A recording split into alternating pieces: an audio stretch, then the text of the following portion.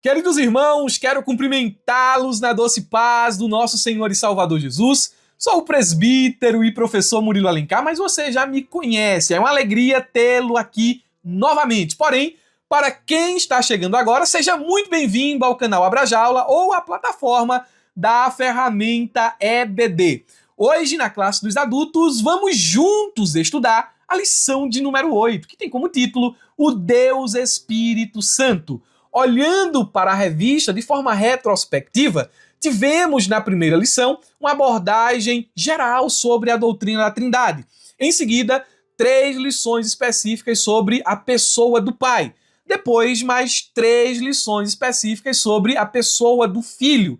E agora abordaremos em 3 lições novamente a pessoa do Espírito Santo. Perceba o trocadilho, o Deus Trino e 3 lições para cada pessoa da Trindade. Nossos objetivos específicos para esta aula são, em primeiro lugar, mostrar que o Espírito Santo é uma pessoa distinta, mas coigual ao Pai e ao Filho. Em segundo lugar, evidenciar a plena divindade do Espírito Santo e seus atributos. E, por fim, ressaltar as principais obras do Espírito Santo: encarnação, ressurreição e santificação. O texto principal encontra-se no Evangelho conforme escreveu João, capítulo 14, versículo de número 16, um dos textos mais importantes para a doutrina do Espírito Santo, a pneumatologia. A versão da revista nos diz: "E eu rogarei ao Pai, e ele vos dará outro Consolador, para que fique convosco para sempre." Comparando traduções, a versão dinâmica NVI nos diz: "E eu pedirei ao Pai, e ele lhes dará outro conselheiro." Veja a diferença aqui das palavras: consolador, conselheiro, para estar com vocês para sempre. A paráfrase NTLH segue esta mesma estrutura: "Eu pedirei ao Pai, e ele lhes dará outro auxiliador." Consolador, conselheiro, auxiliador são traduções possíveis do termo Paracletos. O Espírito da Verdade para ficar com vocês para sempre. Eu não quero me deter aqui na expressão Paracletos, mas olhar aqui para a palavra outro e dar o destaque que ela merece.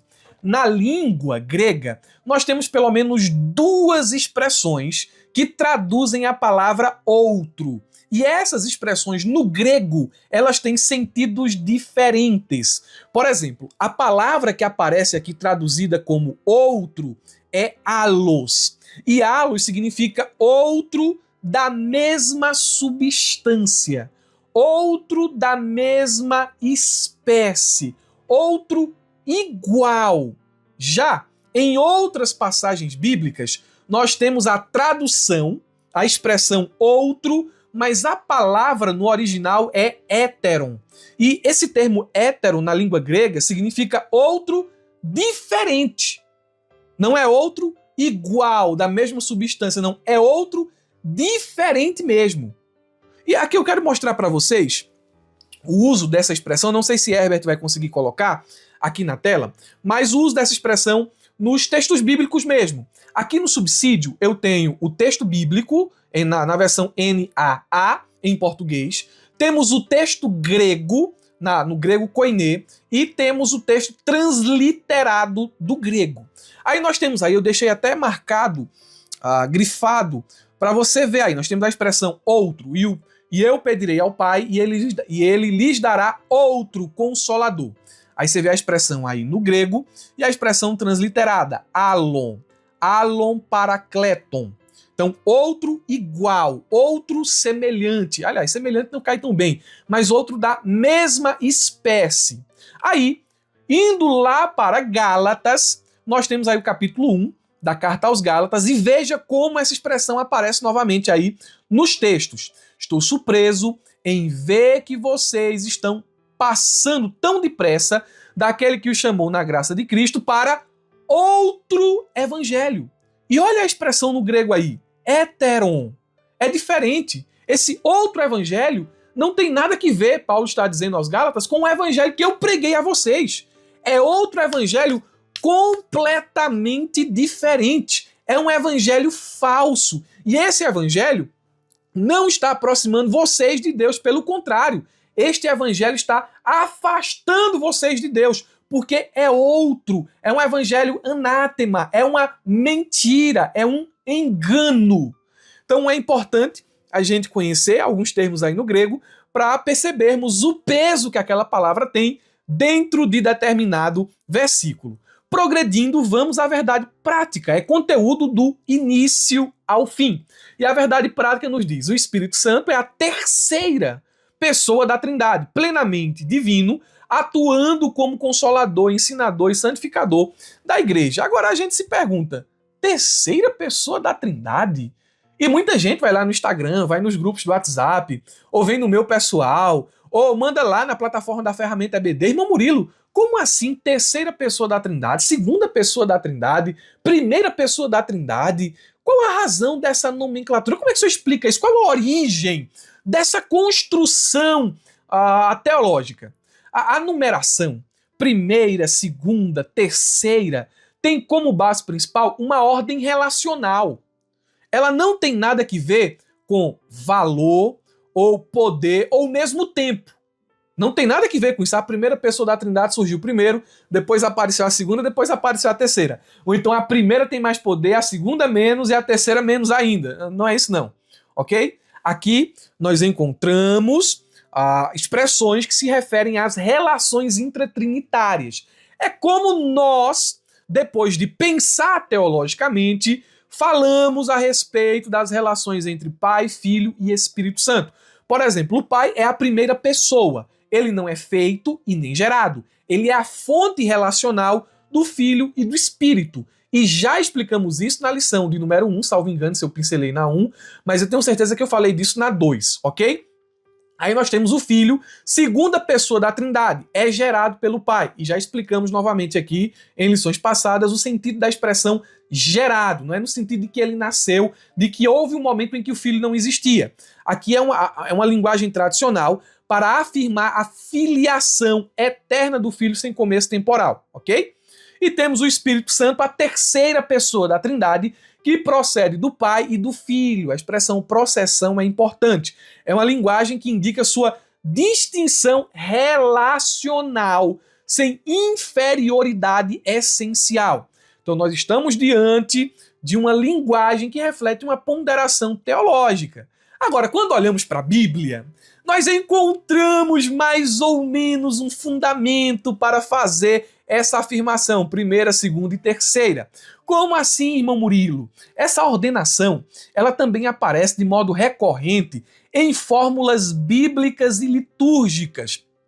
Por exemplo, no mandamento batismal, Mateus 28 e 19. Batizai em nome do Pai, do Filho e do Espírito Santo.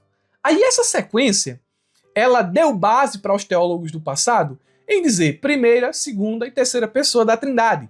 Temos também a bênção apostólica em 2 Coríntios 13:13 e algumas fórmulas triáticas.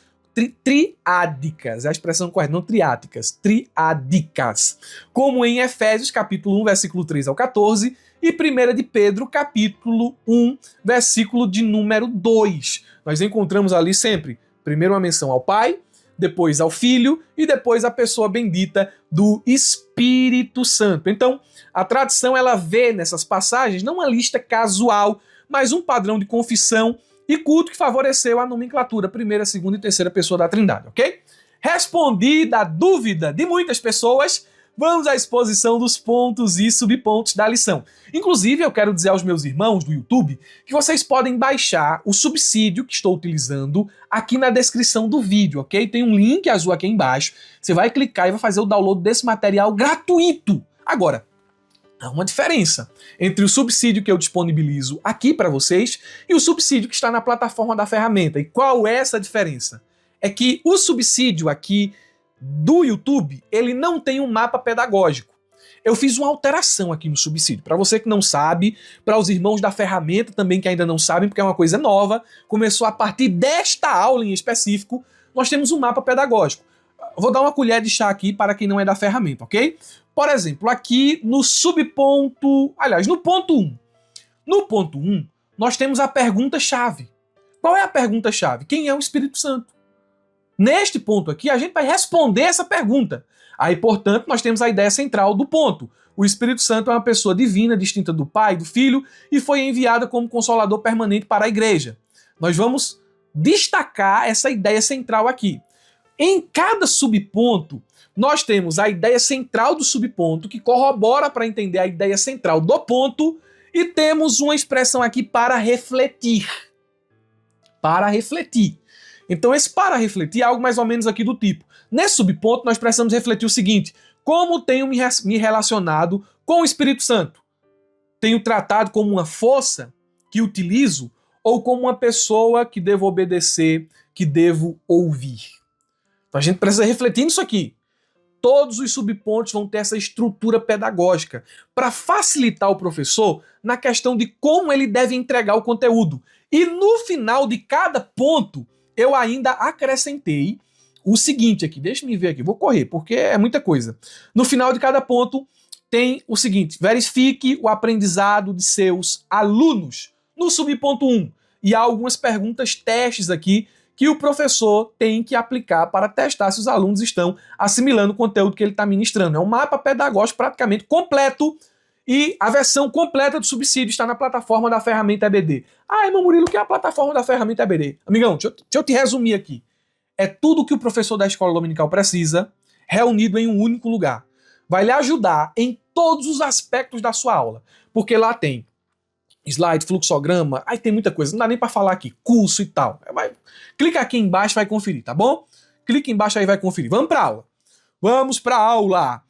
Subponto 1. Aliás, o ponto 1, deixa eu anunciar o ponto 1 aqui, a pessoa do Espírito Santo, ok? E o subponto 1 é o Espírito Santo é uma pessoa. O Espírito Santo é uma pessoa. A lição diz: o Espírito não é uma força impessoal ou uma energia ou uma influência, mas o próprio Deus. Ele é a terceira pessoa da Trindade. Ele age com autonomia, exercendo funções próprias de uma pessoa. Negar a pessoa ou a sua pessoa é mutilar a Trindade. Uma vez eu cheguei em classe, uma classe de discipulado.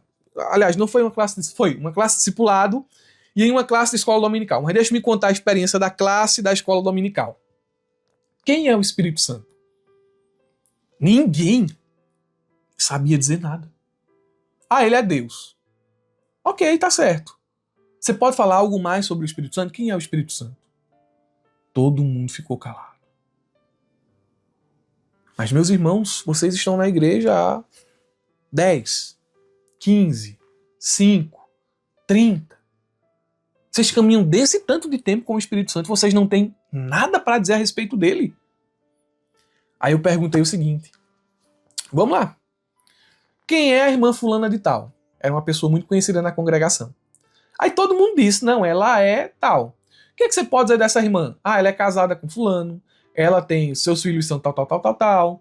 Como é o cabelo dela? É assim, assim, assim, assim. Qual é os gostos dela? Por que vocês podem dizer e descrever quem é essa pessoa? Porque a gente tem intimidade com ela. Porque a gente conhece ela há muito tempo. Porque a gente conversa. Porque a gente é amiga, é amigo, tal. Aí eu disse: e vocês não são amigos do Espírito Santo? Vocês não conversam com o Espírito Santo? Perceba que às vezes as perguntas mais simples, elas meio que travam os crentes antigos da igreja. Não era para ser assim. Quem é o Espírito Santo? Muita gente vai travar com essa pergunta. Não era para ser assim. Numa classe de discipulado eu até compreendo. Eu perguntei: quem é o Espírito Santo? Aí o irmão novo convertido disse: é uma pomba. Aí, como assim, irmão? É uma pomba? A Bíblia diz que ele é uma pomba. Por conta daquele texto, né? Ele desceu em forma corpórea de pomba. Mas na classe do discipulado eu até entendo.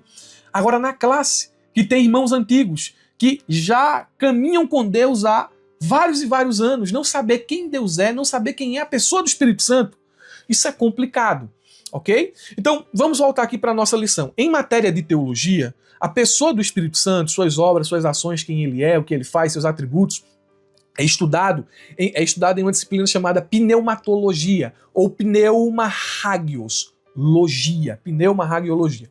Então, a doutrina do Espírito Santo, a gente vai fazer aqui um resumão em 3 aulas sobre essa matéria, sobre essa disciplina. E lendo algumas sistemáticas, eu achei a do Erickson bem interessante. Na página 810 e 811, ele fala sobre a importância de o cristão conhecer e estudar a doutrina do Espírito Santo. Ele elenca algumas razões. A primeira delas, segundo Erickson, é a pessoalidade da Trindade. A primeira razão é que o Espírito Santo torna a Trindade pessoal para o crente. Não é que o que ele vai falar aqui esteja certo, mas é uma realidade. Ele diz, olha, geralmente compreendemos o Pai como transcendente e distante no céu. Isso não é verdade, mas é uma realidade. Entendeu? Muita gente acha que o Pai é inacessível, que ele está completamente distante de nós. Não é verdade, mas é uma realidade que as pessoas acham no dia a dia. De forma semelhante, o Filho pode parecer afastado historicamente e, portanto, incognoscível, incompreensível. Já a pessoa do Espírito Santo é diferente porque ele habita em nós. Aí o Erickson vai e diz, olha, é importante estudar a doutrina do Espírito Santo porque é por meio dele que o Deus Trino, ele age em nós atualmente, tornando-se pessoalmente acessível. Então é por meio do Espírito que eu tenho intimidade com o Deus Trino. O Erickson fala isso em sua sistemática. Em segundo lugar, ele fala sobre a obra proeminente do Espírito Santo na história. E ele diz, a segunda razão está no período em que vivemos. Cada membro da Trindade teve seu tempo de atuação mais evidente. Não é que o Pai não atuou, deixou de atuar em algum momento, ou que o Filho deixou de atuar em algum momento. Mas são períodos da história em que a ação de cada pessoa da Trindade foi mais clara, foi mais intensa, se é assim que eu posso dizer, ok? Então nós temos o período do Antigo Testamento, onde a obra do Pai foi mais proeminente, o período dos Evangelhos, onde a obra do Filho foi central até a sua ascensão, e o período atual, desde o Pentecoste, onde o Espírito Santo ele atua com mais evidência. Então Erickson fala que é importante conhecer e estudar a pessoa do Espírito Santo. E nós temos também aqui a questão da dimensão experiencial. A terceira razão relaciona-se à cultura atual, que enfatiza a experiência pessoal. É principalmente por meio da obra do Espírito Santo que sentimos a presença de Deus em nós, fazendo com que a vida cristã receba uma realidade especial e tangível. Então, o Espírito, ele habita em nós. Aqui eu estou falando para um público crente. O Espírito habita em nós. Então, é por meio do Espírito que nós temos experiências com o sobrenatural. Nós temos experiências com o Deus Trino, ok? O termo Espírito em hebraico é ruach e em grego é pneuma. E pensando especificamente nesse contexto aqui que estamos falando de uma pessoa e da pessoa do Espírito Santo, há um sentido comum aqui que esses termos evocam. Eles evocam a ideia de um ser desencarnado, Espírito Santo. Ele é espírito, ele não tem corpo carnal como nós temos, desprovido de corpo, ele é desprovido de corpo físico. Esta compreensão é compartilhada por todos os crentes, ok? E o teólogo Rodman Williams, ele oferece uma definição bem esclarecedora. A palavra espírito carrega a nota de intangibilidade, incorporeidade, portanto, imaterialidade. É diferente do corpo e assim não possui existência substancial em sua forma mais rarefeita ou vaga. Ele é espírito. E há uma diferença entre a assombração, a aparição e Espírito Santo. Primeiro que a assombração, a aparição nos moldes aí dos filmes, essas coisas todas aí, isso não é real. Entende? Eu vi uma sombra aqui, eu vi um demônio. Você viu um demônio, né? Você não viu uma assombração, você pode ter visto o capeta aí, mas dizer que viu o seu parente que morreu há não sei quantos anos e tal, ou que um espírito voltou para ali pegado, isso é coisa, né? Você viu o capeta, mas demônio, mas a assombração não. Mas preste atenção, no imaginário popular, uma assombração é um corpo incompleto, é um corpo desencarnado. Então, há uma substância ali no imaginário popular de uma aparição, de um espírito que apareceu. alguém completo, que viveu, mas morreu, não tem mais corpo e tal, esse tipo de coisa. Não dá para comparar com o Espírito Santo. Porque quando falamos sobre o Espírito Santo, a divindade, ela não é um espírito incorpóreo por deficiência, por falta de um corpo, mas por sua natureza. Ele é essencialmente espírito, ele é transcendental.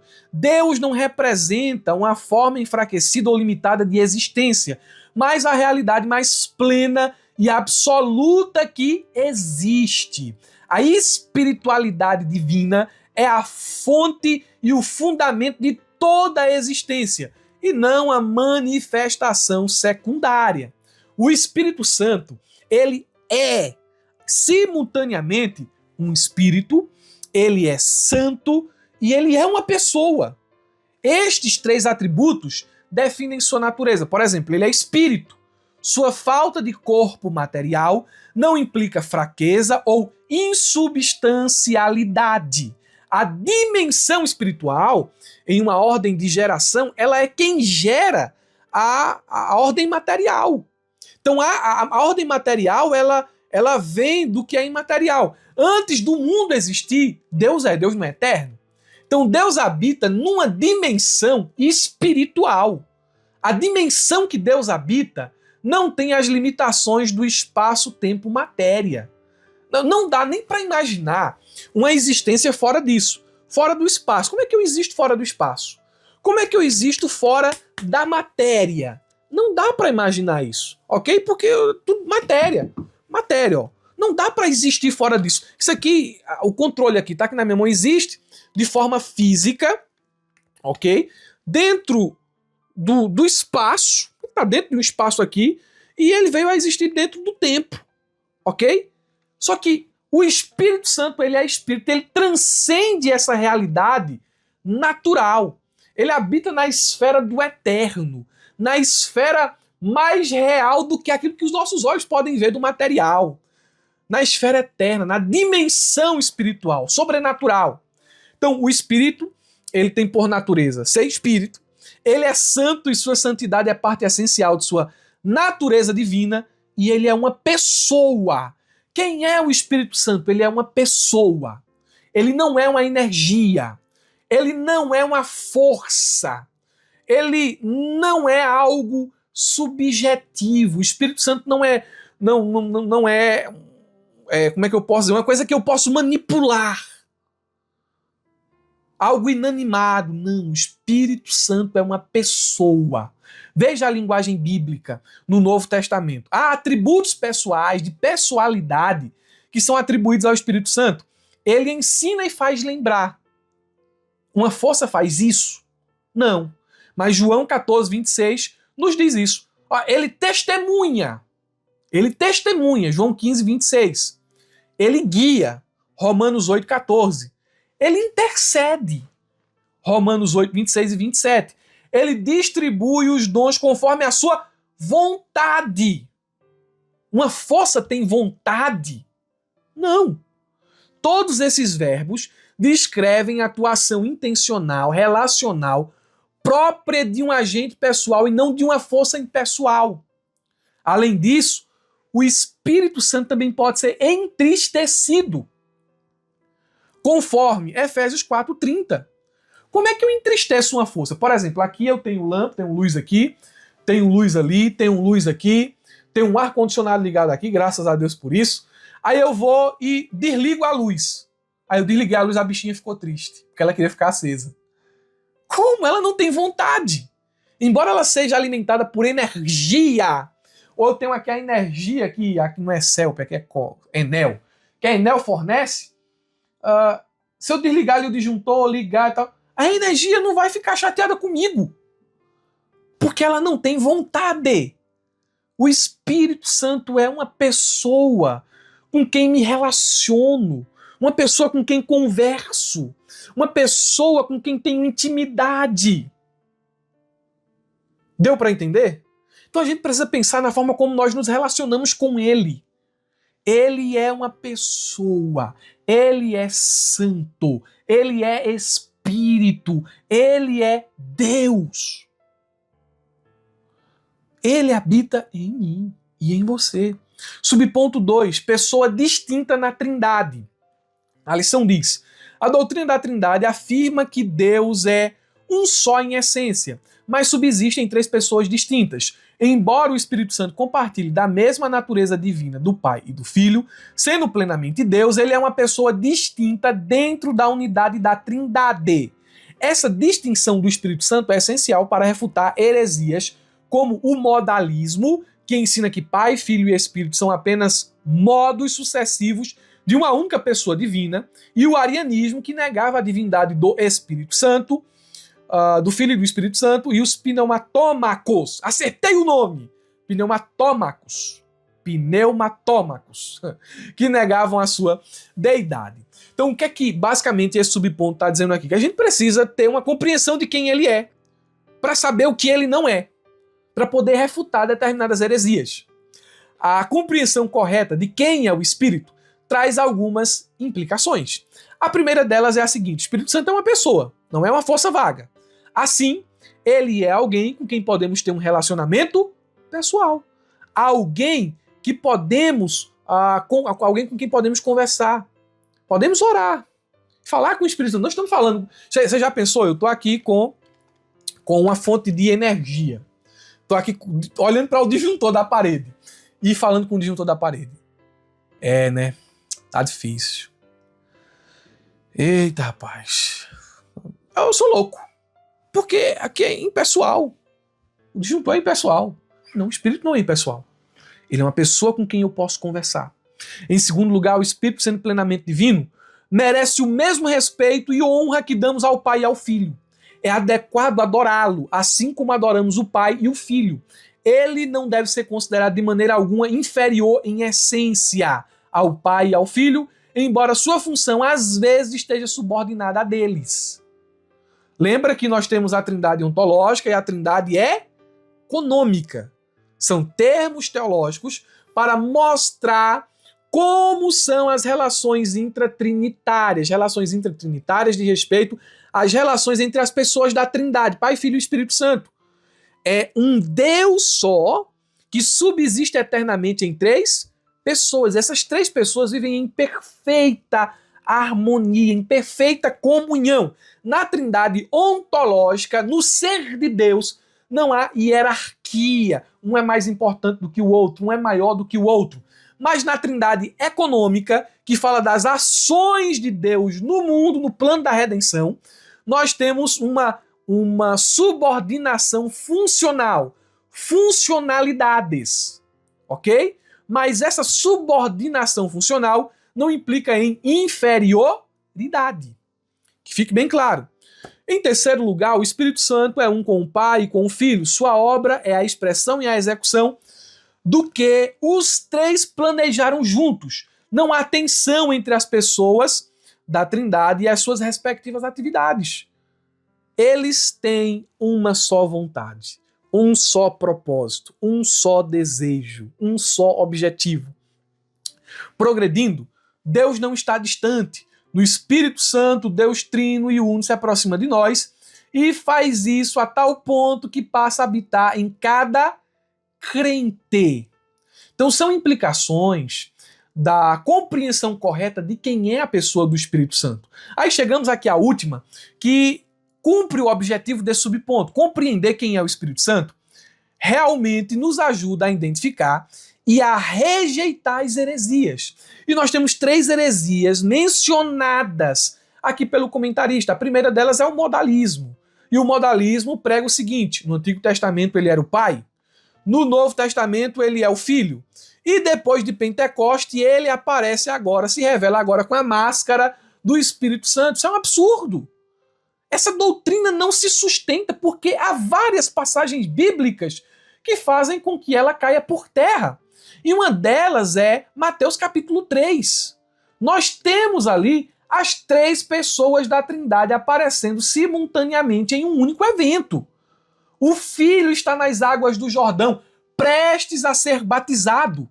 Em seguida, nós temos o Espírito Santo descendo em forma corpórea de pomba. E nós temos a voz do Pai dizendo: este é meu filho amado, que me dá muita alegria, em quem me comprazo.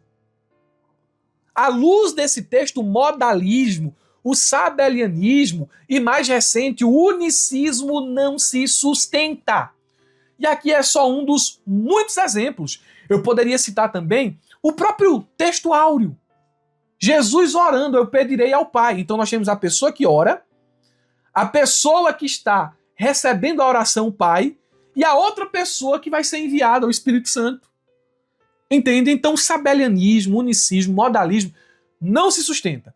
Aí nós temos, depois, mais à frente, o arianismo. O arianismo negou não só a divindade de Jesus, mas ele também reduziu o Espírito Santo a um ser criado, ou uma força impessoal. Os herdeiros hoje do arianismo são os testemunhas de Jeová. Eles são herdeiros mesmo nisso. Jesus é um Deus com D minúsculo e o Espírito é uma energia que procede do Pai e do Filho. Ou procede do Pai, ou só uma energia, uma força, é a força de Deus. Isso não se sustenta também à luz das Escrituras, porque já vimos que o Espírito Santo é uma pessoa. E além de ser pessoa, ele é Deus. Porque os atributos que são exclusivos de Deus também são do Espírito Santo. Então ele é eterno, onisciente, onipresente, onipotente. O Espírito Santo é soberano. Atributos que são da pessoa de Deus também são do Espírito Santo. Então ele é Deus. O arianismo, à luz das Escrituras, é uma heresia. E por último, nós temos aquele nome mais complicado, que eu não consigo falar certo mais de 2 vezes. Pneumatômacos. Ai, acertei. E essa expressão, pneumatômacos, ela diz respeito aos combatentes do Espírito. É aquele pessoal ali mais intermediário, mais equilibrado em relação ao arianismo. Eles dizem: olha, a gente até crê que Jesus é Deus, mas o Espírito Santo, não, ele não é Deus. Então os mesmos argumentos que refutam o arianismo também servem muito bem aqui em relação a essa heresia que hoje é menos conhecida por nome, não é, em nossos dias. Subponto 3, vamos lá. O Consolador prometido. E aqui nós vamos voltar os nossos olhos para a palavra Paracletos, ok? A lição diz: Jesus prometeu aos discípulos um divino companheiro, e eu rogarei ao Pai, e ele vos dará outro Consolador, para que fique convosco para sempre. A palavra Consolador é tradução do grego Parakletos, que significa aquele que encoraja e conforta, e ajudador, que auxilia na necessidade, e ainda advogado, que intercede ou defende alguém perante uma autoridade. É por isso que você vai ter essa diferença nas traduções. Consolador, auxiliador, ajudador, e aí vai, né? Prosseguindo, o vocábulo Paracletos aparece 5 vezes nos escritos de João, referindo-se tanto ao Espírito Santo como a Jesus. Jesus também é chamado de Paracletos. Lembra? Ele é o nosso advogado. Nesse contexto, o Espírito Santo é chamado de outro Consolador. Isto é, alguém da mesma natureza que Jesus. Aí vamos olhar para João 14 aqui, porque esse texto ele é bem interessante. Se você vê João 14, já no versículo de número 1, nós temos a expressão seguinte: credes em Deus e credes também em mim. Na casa de meu pai há muitas moradas, se não fosse assim, não vos teria dito. Irei outra vez, vos prepararei lugar, para onde eu estiver, estejais vós também. Então, o que Jesus está dizendo aqui?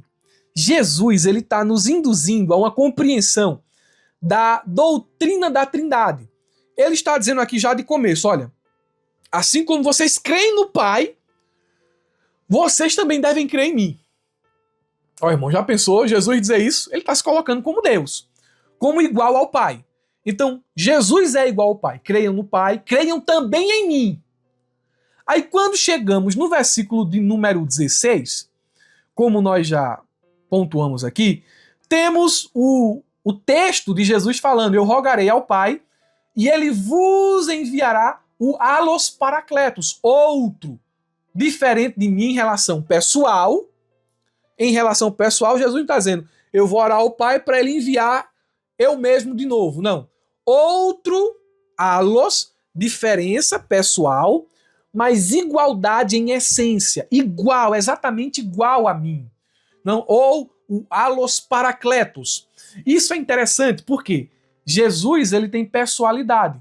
Então, se ele é o allos paracletos, o Espírito Santo é o allos paracletos, o Espírito Santo também tem personalidade igual Jesus tem. Se Jesus é Deus, o Espírito Santo também é Deus. Então, só caminhando aqui, a palavra paracletos, já definimos aqui todo, mais ou menos, os seus significados, mas em síntese, a palavra paracletos é alguém chamado para estar ao lado. Então, aquele que é igual ao Filho, que também é igual ao Pai, está ao nosso lado. É o nosso consolador. É o nosso auxiliador. É o nosso ajudador. Ele habita em nós. Isso aqui é fantástico. Irmão Murilo, essa lição está muito repetitiva, porque a gente já teve um tema falando sobre isso, preste atenção. O tema que a gente falou sobre Trindade, a gente falou com outras lentes, com as lentes apologéticas. Aqui a gente está falando sobre Trindade com as lentes teológicas. E embora a gente esteja falando as mesmas coisas aqui e acolá, estamos falando baseado em textos diferentes, enriquecendo seu conhecimento a respeito dessa doutrina, ok? Ponto de número 2, a divindade do Espírito Santo. Quem é o Espírito Santo? Ele é uma pessoa, ele é santo, ele é Espírito, mas ele também é Deus. E aqui nós olharemos especificamente para a sua natureza. O subponto 1 já começa a todo vapor. O debate filioque. O debate filioque. E deixe-me aqui lhe dar, essa aula vai ficar grande, viu? Misericórdia, o tempo tá voando aqui. Deixe-me aqui já lhe dizer uma coisa interessantíssima. O texto da lição está mal feito. Está um tanto ambíguo aqui. Eu vou ler o texto da lição. A expressão latina filioque significa e do filho. Então, filioque é uma expressão latina que literalmente significa e do filho. Foi inserida no credo niceno-constantinopolitano para reafirmar o ensino bíblico que o Espírito procede do Pai e do Filho. O Espírito Santo, que o Pai enviará em meu nome, é o que diz João 15, 26. Aí é uma briga muito grande na diferença entre enviar, em processão, mas eu não vou entrar nesse mérito aqui. Aí nós temos mais um texto aqui. Se alguém não tem o Espírito de Cristo, esse tal não é dele. Mais outro texto. Deus enviou aos nossos corações o Espírito de seu Filho. Esse debate ocorreu no século IV, em virtude das heresias do arianismo e dos pneumatômacos. Em 381, após confirmar que o Pai, o Filho e o Espírito Santo possuem a mesma essência divina, a Igreja aprovou o credo que ratifica as escrituras que professava a fé no Espírito Santo, Senhor da vida, e procede do Pai e do Filho, e com o Pai e o Filho é adorado e glorificado. Há um erro aqui na revista, que não está no livro de apoio. O livro, olha a importância de você ter o livro de apoio. É importante que você tenha o livro de apoio. Por quê? Porque esse debate e essa inserção da cláusula filioque no credo niceno-constantinopolitano aconteceu no século VI e não no século IV. Aconteceu lá em Toledo, onde a Igreja do Ocidente, nesse contexto de combate a determinadas heresias, entre elas o arianismo, inseriu essa cláusula no credo niceno-constantinopolitano. Não foi uma decisão em conjunto com a Igreja do Oriente. Foi uma decisão da Igreja do Ocidente. E eles fizeram isso a nível local. Mas isso começou a repercutir, e ganhou proporções que chegaram até a Igreja do Oriente. Aí houve um cisma. Eu costumo dizer que houve uma briga de egos. Olha, vocês não fizeram isso aí com a nossa autorização. Não, mas a gente fez isso aqui por uma necessidade. Isso aqui é bíblico. Aí a Igreja do Oriente, olha, mas é o seguinte, isso aí vai acabar com a questão das distinções relacionais. Aí a Igreja do Ocidente foi e disse, não vai acabar com isso.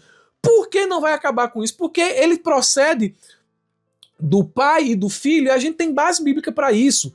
E mais, a Igreja do Oriente, e mais, quando a gente diz aqui que ele procede do pai e do filho, a gente está falando de essência.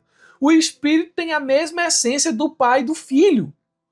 Aí ficou aquele cisma, aquela briga, e as igrejas do Ocidente e do Oriente foram aumentando em tensão. Tensão mesmo, rivalidade.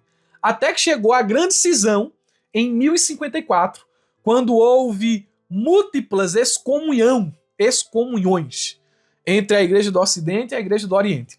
Aí a Igreja do Ocidente manteve a cláusula filioque, a Igreja do Ocidente manteve, do Oriente não manteve e ficou por isso, essa briga.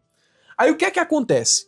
Hoje, quando a gente pega o credo niceno-constantinopolitano, a gente já vê ali a inserção da cláusula filioque, porque a Igreja Católica Romana começou a confessar esse credo como um credo mesmo. Começou a orar esse credo, a rezar esse credo. Então, a inserção da cláusula filioque já está no credo niceno-constantinopolitano, que data do século IV. Mas essa inserção, ela acontece no século VI. Se você pegar o credo niceno-constantinopolitano original do século IV, não tem a inclusão dessa cláusula. Mas se você pesquisar aí na internet, você já vai achar o credo niceno-constantinopolitano com essa cláusula por conta da grande influência da Igreja do Ocidente, da Igreja Católica e tal. Ok? É só uma pontuação aqui para vocês entenderem um pouco da história, um pouco da briga, do cisma e tal que aconteceu por conta dessa pequena cláusula e do filho. Eu deixei o texto aqui no subsídio para você ler e reler. O subponto 2, nós temos aqui os atributos do Espírito. Perdão. A lição diz: todos os atributos divinos do Pai e do Filho podem ser igualmente relacionados com o Espírito Santo, tais como onisciência, onipotência, onisciência, onipresença e eternidade. A terceira pessoa da Trindade possui a mesma essência do Pai e do Filho. Meus irmãos, não se sintam constrangidos em explicar isso aqui de novo, porque na escola dominical a gente tem gente indo, gente saindo, gente chegando, a gente tem novo convertido, tem irmão velho que nunca viu isso e tal, tem gente que esqueceu.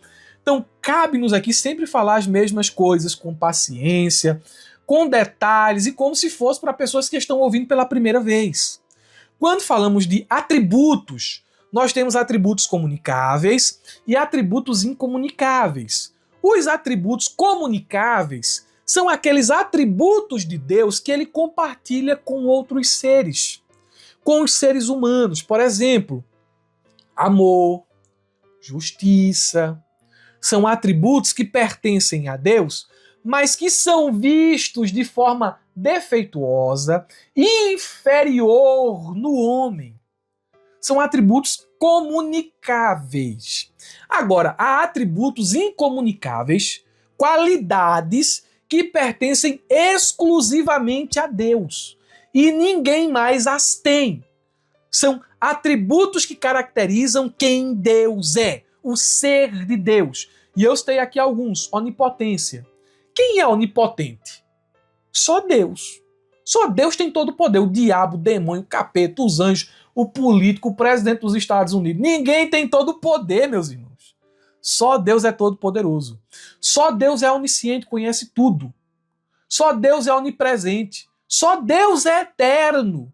Tem gente que vai viver pela eternidade. Aliás, os homens vão viver pela eternidade. Com Deus ou sem Deus, aí é outra questão. Mas eles não são eternos, embora vivam pela eternidade, porque tiveram um começo.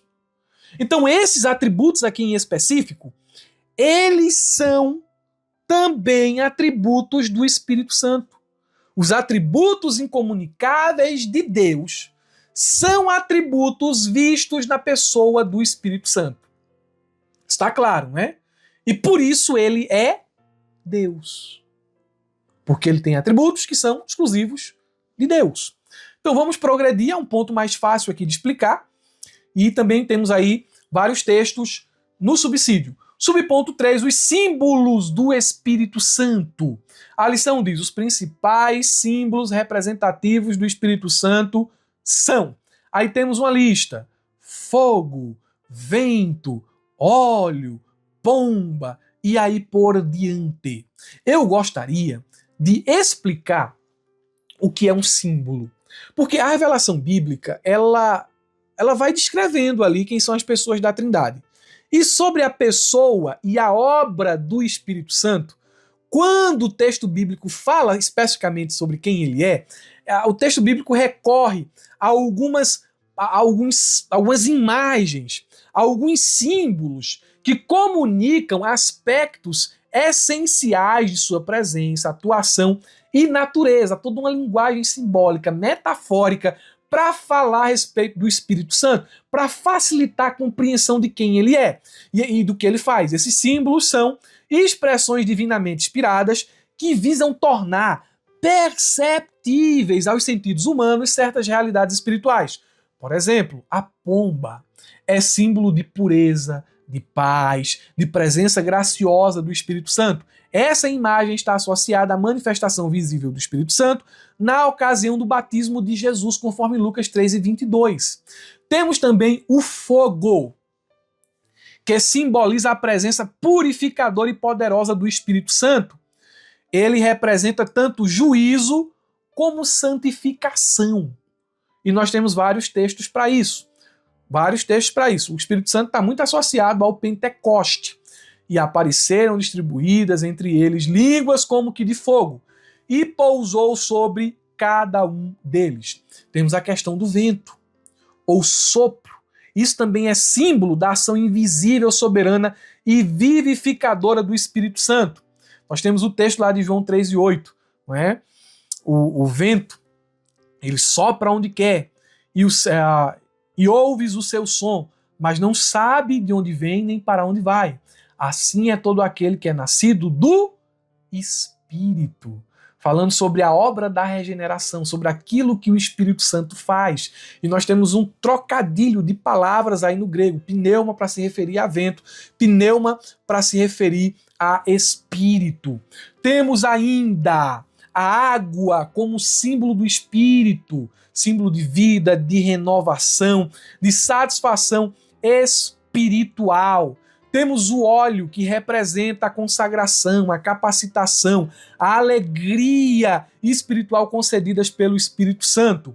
E temos o selo, que novamente também é um símbolo do Espírito Santo, que remete à ideia de propriedade, de segurança e de garantia escatológica que o Espírito concede aos crentes.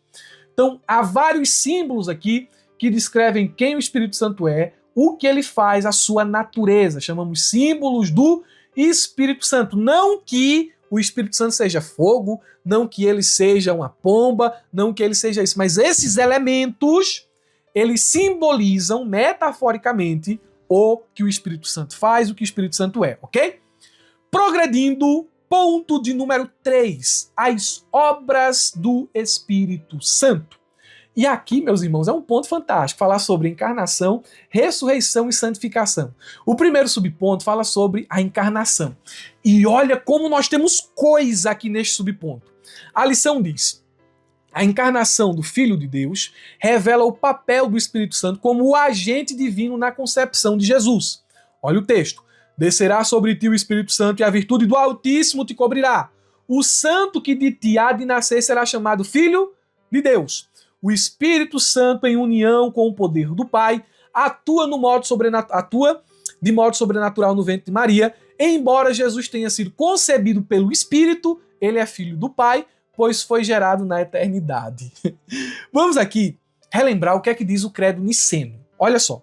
Gerado do Pai antes de todos os séculos, Deus de Deus, luz de luz, Deus verdadeiro de Deus verdadeiro, gerado, não criado, consubstancial ao Pai. São palavras a respeito do Filho. Entende? E por que eu estou falando especificamente aqui de Jesus. Por que eu trouxe esse texto aqui do Credo Niceno? Para mostrar a vocês a diferença entre geração eterna e concepção natural. Embora ele tenha sido concebido no ventre de Maria, Jesus tenha sido concebido no ventre de Maria, ele é filho do Pai. Porque a geração eterna, ela precede a concepção temporal. Então vamos a definições. Geração eterna. Trata-se da relação intratrinitária pela qual o filho é eternamente gerado pelo pai. Esta geração não ocorre no tempo, não envolve criação nem mudança e não tem início. É um ato eterno e necessário pelo qual o pai comunica ao filho a mesma essência divina, de modo que o filho é verdadeiro Deus consubstancial ao pai. O filho é filho, não por ter sido criado ou feito, mas porque é gerado eternamente dentro da própria vida de Deus. Agora, o que é concepção temporal? Refere-se ao momento histórico da encarnação, quando o Filho eterno assume a natureza humana. Então ele já existia antes de assumir a natureza humana. Então o Filho já existia como filho antes de assumir a natureza humana, ok? Esta geração não ocorre no tempo, não envolve... tô lendo errado. Vamos lá, essa concepção ocorre no tempo, no ventre da Virgem Maria, por obra do Espírito Santo. É o evento pelo qual o Filho de Deus se torna também homem, sem deixar de ser Deus. Aqui o Espírito Santo atua como agente da encarnação, não gerando o Filho enquanto filho, mas fazendo com que o Filho eternamente gerado se torne carne. Ou seja, se una a uma natureza humana real. Olha como ficou bem claro aqui. Outro aspecto essencial do papel do Espírito Santo na encarnação é a santificação da humanidade assumida por Cristo. Jesus, ele é plenamente homem em todos os aspectos, exceto na questão do pecado. Porque o ente santo que há de nascer de ti, Maria, será chamado Filho de Deus. Preste atenção, ente santo. E isso acontece por meio do poder do Espírito na encarnação. A natureza humana de Jesus, por meio dessa concepção sobrenatural e virginal, ela preserva a humanidade de Jesus do pecado. Tremendo, não é? Então o Espírito Santo ele é importantíssimo na questão da encarnação. E ainda mais, além disso, a teologia cristã confessa que na encarnação duas naturezas, divina e humana, unem-se numa única pessoa, a do Filho.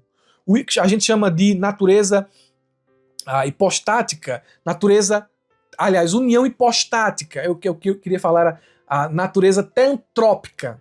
Nós temos aqui a união hipostática de duas naturezas, ou natureza teantrópica, theos de Deus e antropos de homem, teantrópica. O Espírito Santo atua como mediador desta união, não unindo duas pessoas, mas unindo a natureza humana à pessoa eterna do Filho.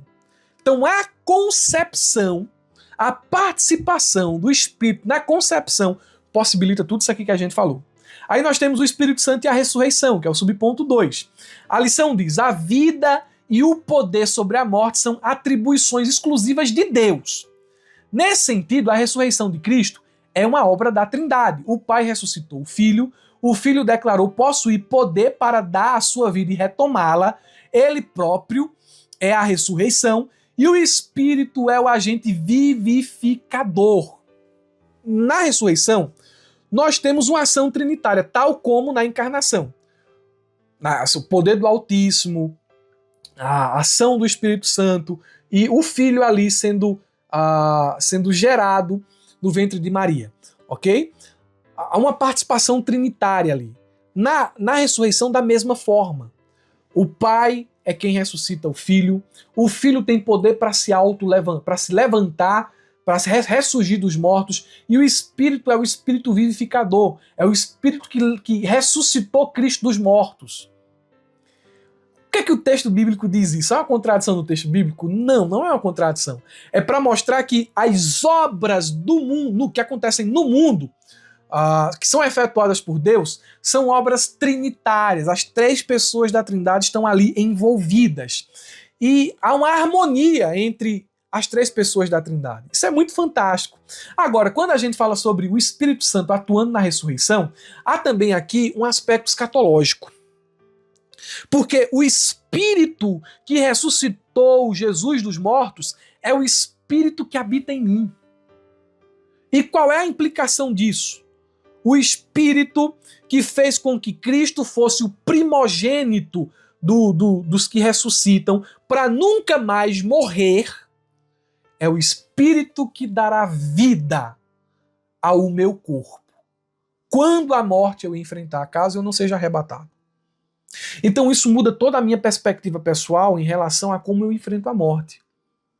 Eu não enfrento a morte como os demais que não têm esperança, porque o Espírito que vivificou Jesus dentre os mortos habita em mim. Então, ainda que o meu corpo tombe aqui neste mundo, o Espírito que vivificou Jesus Cristo também me dará vida.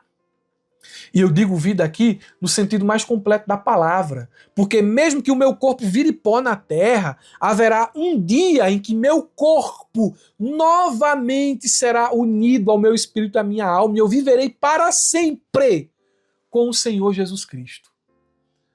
Isso muda tudo, irmãos. A obra do Espírito Santo na ressurreição muda tudo, porque o Espírito que em nós habita é um espírito mais forte que a morte. Dê um amém por isso, homem. Dê um glória por isso. Isso é fantástico. Isso é coisa do céu. E por fim, nós temos o subponto 3, que fala sobre o Espírito e a santificação. Olha o que a lição diz. O Espírito Santo não apenas nos convence do pecado, mas também promove transformação. Deus nos escolheu para vivermos em santidade. Então, ele é o Espírito Santo. E o Espírito, que é santo, nos santifica. Veja que ele atua, ele é ativo na aplicação da redenção, da obra do Filho em nossas vidas. O Filho pagou o preço. E por meio da obra consumada de Cristo na cruz do Calvário, eu posso ter vida. E quem é o agente que aplica esta obra em mim? É o Espírito Santo. Então, no ato da salvação, ele é quem convence do pecado, da justiça e do juízo. Ele é quem promove fé em meu coração. Então, no ato da aplicação da obra do Filho em minha vida, nós temos uma atuação muito evidente do Espírito. Ele é um agente ali regenerador. Ele é o agente da nova vida. Da nova vida em Cristo, da nova criatura. Ele é esse agente. E como esse agente ativo na aplicação da salvação, um de seus papéis centrais é a santificação. Ele é o Espírito Santificador. E como Espírito Santificador, ele atua continuamente nas nossas vidas. A santificação, olhando pelo prisma da teologia, ela tem um aspecto posicional. Todo crente que aceita Jesus como seu único e suficiente Salvador, naquele exato momento ali, ele é posicionalmente declarado santo. Ele foi separado do pecado, separado do mundo, separado do reino das trevas e agora ele vive para Deus, ele foi consagrado para Deus. É a santificação posicional. Um novo convertido, um crente que aceita Jesus, agora pode ser chamado santo nesse aspecto. É por isso que Paulo, quando escreve aos Coríntios, ele diz o seguinte, aos santos, ele chama os irmãos de Corinto de santos. Embora esses irmãos fossem briguentos, rebeldes, muitos deles com tendências imorais, uma bagunça em Corinto. Porque, embora eles fossem santos, eles precisavam crescer. Eles precisavam viver o segundo estágio da santificação, que é a progressiva, que é a santificação do dia a dia, onde o Espírito vai trabalhando em mim todos os dias, todos os momentos, a fim de me conformar à imagem de Cristo. Todos os dias ele vai trabalhando no meu coração. E eu vou me sujeitando a ele. E ele vai trabalhando em áreas da minha vida que precisam todas as áreas da minha vida precisam da atuação dele. Mas há áreas que a gente resiste mais. Não pode tocar em tudo, mas não toca nisso aqui. Tem alguma área assim na sua vida? Tem! O Espírito Santo vai tocar nela. Vai tocar nela. E ele vai tocar. E ele vai mudar. É a santificação progressiva. E por fim, é aquilo que a gente chama de santificação final, ou santificação, ou glorificação, porque é o estágio final da santificação, onde seremos completamente libertos da presença do pecado. Não vai ter mais natureza pecaminosa, não vai ter mais pecado, a gente vai ser completamente liberto. É a santificação final, a glorificação. E é um estágio que, obviamente, só alcançaremos quando estivermos no estado eterno com o nosso Senhor Jesus, ok? Então o Espírito ele atua na encarnação, ele atua na ressurreição e ele também atua na santificação. Então, queridos irmãos, nós concluímos mais uma aula da Escola Bíblica Dominical. Ficou longa, não foi? Cansativa, difícil de entender alguns pontos, mas reassiste aí. Ou se tem dúvida, coloca aqui nos comentários do YouTube ou na plataforma da ferramenta EBD, onde a gente dá prioridade e nenhuma pergunta fica sem resposta, ok? Deus abençoe a todos em nome de Jesus, uma ótima aula de Escola Bíblica Dominical e não se esqueça, olha aqui pra mim, não se esqueça, abra a jaula!